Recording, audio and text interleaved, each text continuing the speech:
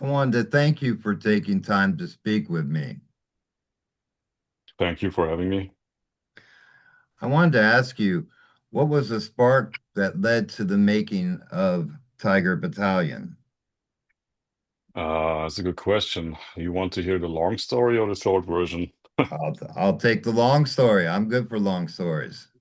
So, where to start? This is actually a good question. Tiger Battalion started in 2023, and the spark that started this band was obviously a band from England called Bolt Thrower, to uh, to be very precise. And the reason why I started Tiger Battalion in particular was more or less. It was just a fun idea, you know. I have several other projects from different genres, black and death metal, black metal, and even more death metal. And Tiger Battalion was never planned to be a real band. I just tried to, play around and find out, so to say. And Mhm. uh, somehow I created this main riff for Unleash the Cats, and then I just wanted to see how far I can go by not, and that was the main point, by just doing some really uh, basic bedroom stuff, you know.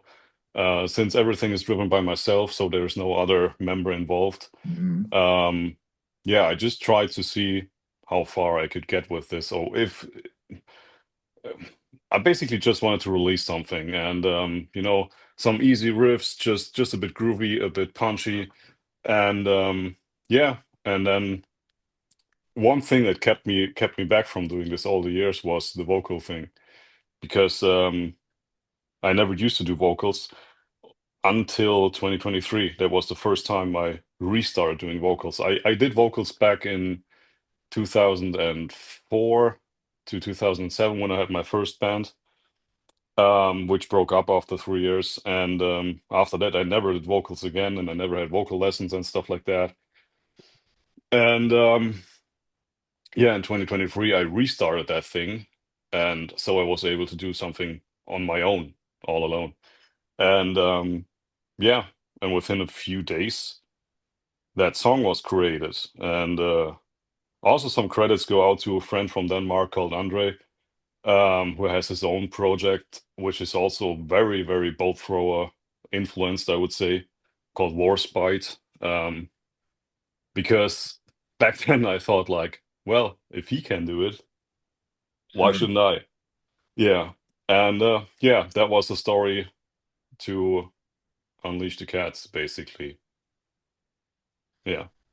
And I wanted to ask you as well, were there any changes in your process in recording at home from First Strike to this album? No, absolutely not. I mean, I'm still using the same software, and the drum programming is still the same. I'm pretty old school here with a program called Easy Drummer. So that this is the only instrument I don't play by myself, so it's only programmed drums. And I think even the guitar amps are the same as on First Strike. And the only difference between First Strike and Global Assault is that a mixing guy was involved, Lasse from More Than Mix. He helped me out on this one. He also helped me out on one of my other projects. And yeah, I think he did a pretty good job and gave this album a bit more punch than the first one, because the first one I did by myself. And this is one of the aspects, aside from writing music, that you have to do nowadays, is you have to Sure. care a lot about production. Some bands or people even care more about the production than about the music itself, it seems, nowadays. And yeah, but I wanted to get the best result for that album that I can get on my stage, because we're still talking about some kind of hobby music Sure. without without a big budget. So yeah, this I think this is the biggest difference. Yeah. And my favorite track on the album is History Repeats. So I wanted to ask if you could speak on that track.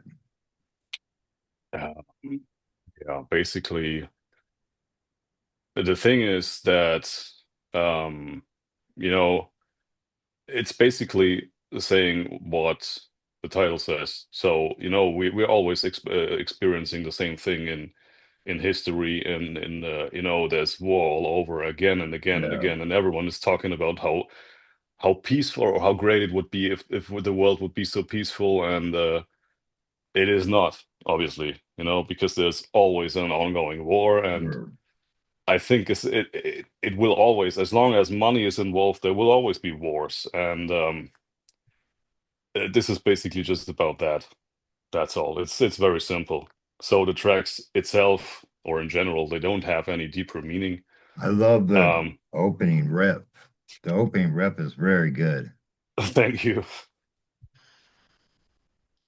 I wanted to ask you as well. Another song that really stood out was 10 Ton Roadkill. I wanted to ask if you could speak on that track.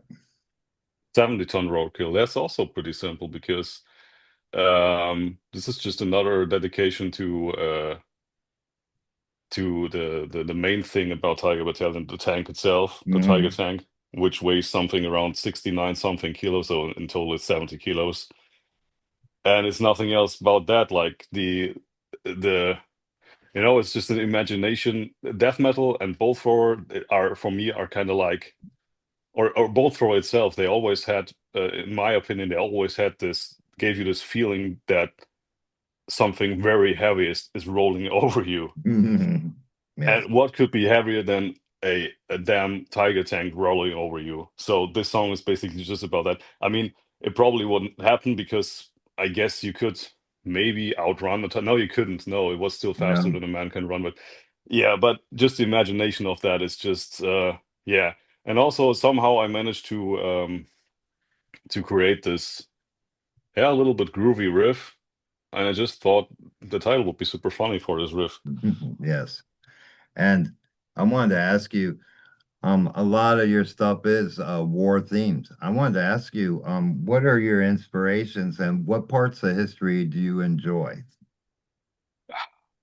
Enjoying is, in combination with history, a very specific word. I wouldn't say I didn't. I enjoy history in general. I'm just interested in the technology back then, Mhm. a little bit, you could say.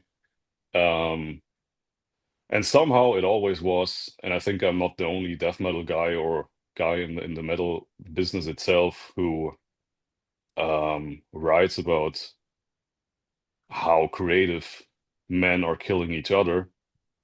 And it also fits to death metal, to be very honest. But this is not a, I wouldn't see this as a glorifying thing. It's just more like a total huge insanity. And obviously, of course, in the Second World War, there were already super insane True. inventions. And I mean, I don't know how far you into that topic in general, but nowadays, what you what is in public, or what is open for us to see, what men have created, it is insane. I mean, Yes. I don't even want to know what is out there nowadays. I think probably you could erase this whole planet with just pushing one knob. But I think I'm drifting away from your question right now. No, Um, because it goes back into the theme of history, because as we spoke before, history truly does repeat itself. yeah, absolutely. Yeah, but about the whole war thing, I think this is just like, you know, it's not all about war. I mean, there are some songs that are also just like from Volthrower, or from the Mhm. Warhammer universe. I mean, I'm not that much into Warhammer, to be honest. I only played a few video games of that game, but I still like the raw brutality of that universe. It's just cool. And some songs are also about that one, about Warhammer, or about the Warhammer universe, even though I'm not too deep into that. And I wanted to ask you as well, if the response got high enough to Tiger Battalion, would you think of forming a band and taking it to the road? I would love to. I absolutely would love to. But I think here I have the same problem as every band on this planet. And that's the drummer. Because everything Yes, stands and falls with a good drummer. And as I know from different other bands, it is very hard nowadays to first find one, second, find one who's not totally involved into other bands. And this is mostly the problem. I mean, true. I think the problem with drummers is just that, like, imagine you have a son and he starts playing an instrument, or he wants to start an instrument, and the least thing you want to have is him becoming a drummer, because drum kit is super loud unless you have an e-drum kit or whatever. It annoys you, and a guitar you can just plug into a computer. You can give him headphones, and then it's everything is Sure. sound. But this is just a theory. So, Sure, but yeah, and the true but cost of a kit is ridiculous. yeah, absolutely. But yeah, back to your question, I would absolutely love to. Yeah, I already got some requests, but as of now, I don't think this is going to happen too quickly in the future, unfortunately. And in the creation of this album, were there any tracks that didn't make the cut that you have waiting for the next release?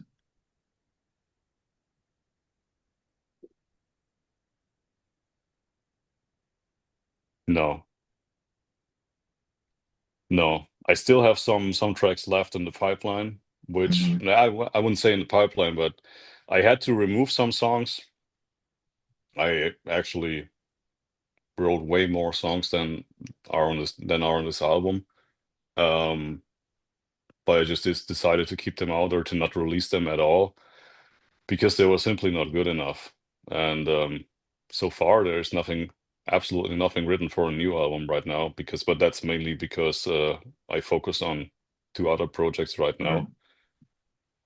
now. Um, but that doesn't mean that Tiger Battalion is over. It just takes a bit longer than last time, maybe. And speaking of this project, it really shows your deep, deep talent. I wanted to ask you if you could take me Thank you. back in time and tell me when it all began for you, your career in music. The whole music thing, wow, that was a long time ago.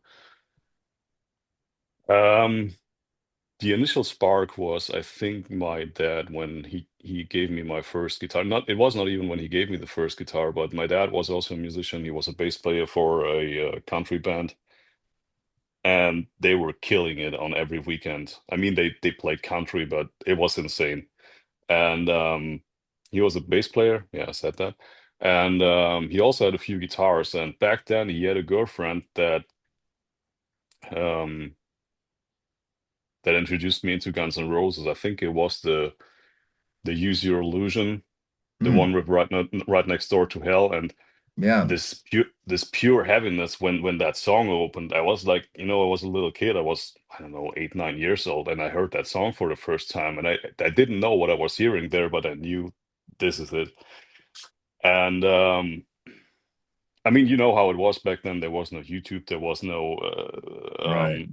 Spotify and all that stuff. So you had to get the stuff on CD or on vinyl. And back then, it was pretty hard to get that stuff. So it took me a long time until I um, found heavier stuff. Because if you didn't have friends who shared anything with you, the only source that you had were magazines.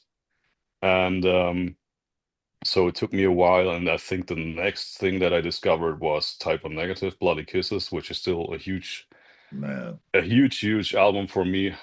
And from there, it went pretty fast with Pantera, Cowboys from Hell, Machine Head, Burn My Eyes, and Fear Factory, Demanufactured. That was the very first really heavy things I heard. Yeah.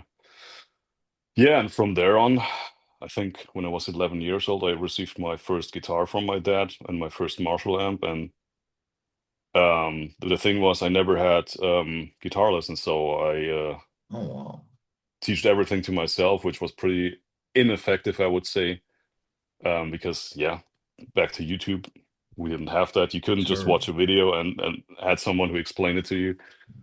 And lessons were super expensive, so yeah, I started learning everything from myself by myself, and I don't even know what I played back then in the first time. I think some Nirvana stuff, the easy stuff, and yeah, some some years later, I was able to play the Machine Head stuff and the Pantera stuff, and then for a long time, nothing happened anymore. Somehow, I almost quit making music for a very long time, because I didn't really find any musicians in my area. And this was the next problem, because when you I mean, metal back in the day, I don't know how it was in the US, but in the area where I lived, metal was not, there was not this social awareness like nowadays. Like nowadays, if you talk to to strangers about Slipknot or whatever, it's almost normal for them. It's totally normal to listen to bands like Slipknot. And back then, it was like you were in a party, for example, and you wanted to listen to some heavier music aside from all this techno, trance, whatever stuff they were here listening to, and then they you asked for Metallica, for example, and the only song they always played was "Nothing Else Matters." Mm. And this was not absolutely not satisfying because this was not a Right. song you wanted to hear. You wanted to hear the brutal stuff, the heavy stuff like Ride of The Lightning first, and Kill 'Em All. yeah. And yeah, and so it was pretty annoying back then as a person who would listen to metal. And also the fact that I didn't find any musicians back then. I moved a lot around with my family, and later on, I moved a lot around alone. And so basically, everything started again in 2006, around no, 4 to 6. Yeah, then I started writing songs again, but I didn't have all the nice tools that we have nowadays, like the audio recording programs and shit like Sure. that. So it was still on a very, very low level. And the good thing was I had a good friend who was a super awesome drummer back in the day, and we pushed each other, and we released two albums back then in, yeah, 2006 and 2007, which are not available online anywhere, which is probably for the better. And yeah, after that, also this band broke up, but this was the first time I really had some experience in songwriting and also singing because we locked ourselves into his basement for 1 week straight. And I remember that we recorded the first two songs in the first day, and then the question came up, who's actually doing the vocals? And he said, "You, of course." And I said, "Okay, but I have no clue how to do that." And after 5 days of screaming out my lungs, I really did it the absolute worst way you could do it. My voice was totally dead, and I think we recorded from Monday to Friday, and I think on Friday I was spitting blood because yeah, like I said, it was the worst way you could do it. Sure. And but we did this twice, and as you hear, I still can't speak somehow. And yeah, after that, again, there was a huge break in making music because after that band broke up, I was very disappointed into everything and everyone that had to do with music. And yeah, then for almost 10 years, nothing happened. And yeah, almost 10 years, I barely touched the guitar. So of course, I also didn't really educate myself or learn anything new. I just played the old stuff. Like if I played the guitar, then it was like the manufacturer up and down, up and down, up and down. Mm. Um, until I met my ex-girlfriend back then in 2016, because she was a singer, and I mean she's just doing this in as a hobby, but she has an incredible voice, an incredible range, and her whole family was into, yeah, like the old 70s and 80s rock music, like all the good stuff, Led Zeppelin, the old Black Sabbath, and all the stuff from this time. And even though I always loved Black Sabbath, no, the other way around, I didn't really have that was the curious thing. I never had Black Sabbath on my radar aside from the Demanufacture album because that one somehow got into my ears when I was very young. And also, did this artwork with the cyborg, and Yes. um I always was a huge fan of the first Terminator movies, and somehow I there was this connection. And also, this Black Sabbath album is, I think it's obviously the heaviest Black Sabbath album. And yeah, anyway, so we were sitting together all the weekends, and having barbecue and stuff like that. And someone would always play this old music. And I don't know how it happened, but somehow she managed to get me back to writing songs or writing stuff. And then I was searching for musicians on Facebook, and there was a guy, and we're still friends today. Um, who was looking for a vocalist for his band, and I said, "Let's try it." And we never did, but somehow we connected, and he introduced me into this whole new world of home recording. Mm. And yeah, and that was like a total new world opened for me. Absolutely. Like compared with the crap that I did 10 years before, that was like, I don't know, going from a driving a rickshaw to, I don't know, a Mercedes, something like that, you know? Yes. And but the problem was at that time, since I didn't really practice all the years, my guitar playing was pretty rusted. So and also the stuff that I wrote back then, that was not the best stuff. And yeah, to 2 years later, how was that? 2 years later, it was 2018 when I released the first Black Negative, which was my first release ever since the my first band, Black Negative Domination. The first EP came out, which nowadays would also fit into Tiger Battalion, I think. And that was also caused to a community by a musician from Sweden who is has a huge guitar company called Ola England. Because back then I remember I was always watching his videos on a Sunday, and he started this community, this Discord thing, and I joined. And back then, the community, everyone was pushing each other like insanely. You know, like, oh, you have to release this song, you have to work on this song, and everyone was just pushing and pushing and pushing. And without Sure. this community, I don't even know if I would have ever released anything with Black Negative.